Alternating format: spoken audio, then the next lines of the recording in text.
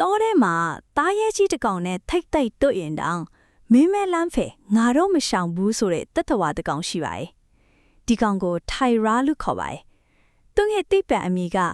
Era Barbara ဖြစ်ပြီး Central နဲ့ South America တော်ထဲမှာအများဆုံးတွေ့နိုင်ပါတယ်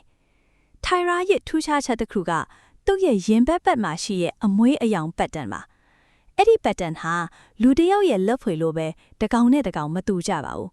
ဒါကြောင့်သူတေသနာလုပ်တဲ့သူတွေကထိုင်ရာတကောင်ချင်းစီကိုအဲ့ဒီပတ်တန်နဲ့ခွဲခြားနိုင်ကြပါတယ်သူတို့ဟာတစ်ပင်ပေါ်တက်နိုင်မြေပြင်ပေါ်မှာပြေးနိုင်ရေထဲမှာတောင်ကူးနိုင်တဲ့ multi talent hunter တကောင်ပါအစားအစာအနေနဲ့တော့ငှက်ကြွက်အရွယ်သေးတိရစ္ဆာန်တွေတခါတလေအသီးအနှံတွေတောင်စားတတ်ပါတယ်ဆိုလိုတာက omnivore အစားအစာမရွေးတဲ့ survivor ပဲဖြစ်ပါတယ်ထူးခြားတာကထိုင်ရာဟာအခွင့်အရေးတွေ့ရင်ချစ်ချင်းလှူရှားတဲ့အရန်လျင်မြန်တဲ့ predator ဖြစ်ပါတယ်မှွေအီကွာနာတောင်မကြောက်ပဲဖျံတိုက်ခိုက်နိုင်ပါတယ်တခါတလေတားကောင်ကြီးရွယ်ရှိတဲ့တောထဲမှာတောင်သူတို့ကတက်တိမလျော့ပဲကိုယ့်လန်းကိုသွားနေတတ်ပါတယ်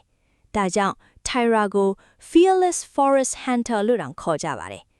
တဲတဲလေးပဲဖြစ်ပေမဲ့ပြဿနာမရှောင်ပေမဲ့ရှာလာရင်မရှောင်တဲ့ style နဲ့တောထဲမှာအတိုလေးထူးခြားတဲ့တတဝါတစ်မျိုးပါ